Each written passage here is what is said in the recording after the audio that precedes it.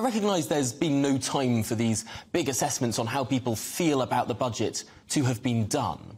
But clearly on issues and prioritisation of the British electorate, the budget, in the way that it has prioritised health and education, pensions and benefits, seems to be looking for what the public is most aligned with. Did they hit the mark yes. right? Sorry, go on. Yeah, did they hit the mark right?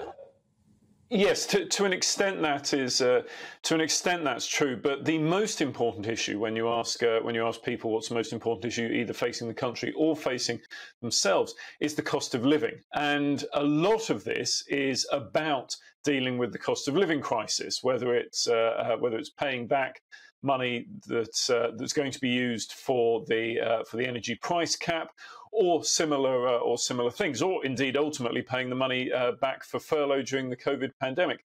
It's all about attempting to deal with that to various degrees. But the interesting thing about public opinion when it comes to events like this is that, generally speaking, most people, the average person in the street and the 50% of people less engaged than the average person in the street, really aren't paying that much attention to the minutiae. The detail around specific policies is not what's important. And yes, you can ask people, and indeed we do, whether they support or oppose particular policies and a whole range of policies. But what's more important is how people perceive the whole package, not just in the immediate aftermath of the announcement, but in the days that follow as they start to digest and think about what impact overall it will have on their circumstances. And so that means, do they think it will be done fairly? Do they think it will be done effectively? Do they think it will be right by them? And then ultimately, do they think their economic circumstances will improve as a result? Government seem to be very, very keen to emphasise the fairness of these measures. They produced, alongside the autumn statement, a distributional analysis document showing that this is wealth transfer from the richest to the poorest. The bottom 4 out of 10 households have a slight increase in their circumstances. They're better off due to the measures.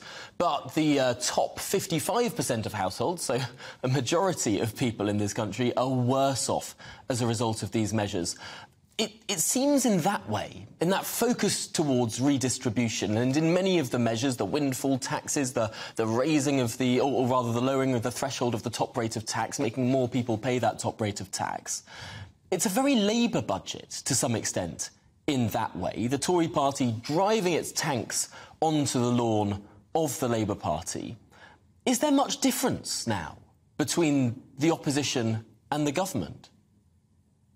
Well, it could be presented as a Labour budget, and certainly that's one interpretation. I think it is broadly fair, but that you could also argue that it's broadly representative of a Conservative Cameron-era budget.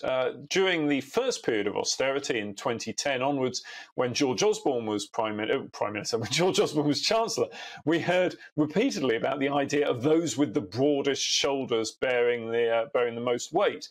And really, I think it would be an attempt to sell things in those terms as well. But you're right that there are similarities with Labour, and that then raises the question about if, and I do stress if, in the eyes of the public, Labour and the Conservative Party are seen as relatively similar in terms of their specific economic policies and the broad narratives around it, then it comes down to which party the voters think it will be best placed to introduce those policies and actually make sure they're effective. And so that goes back to the argument about these broad narratives.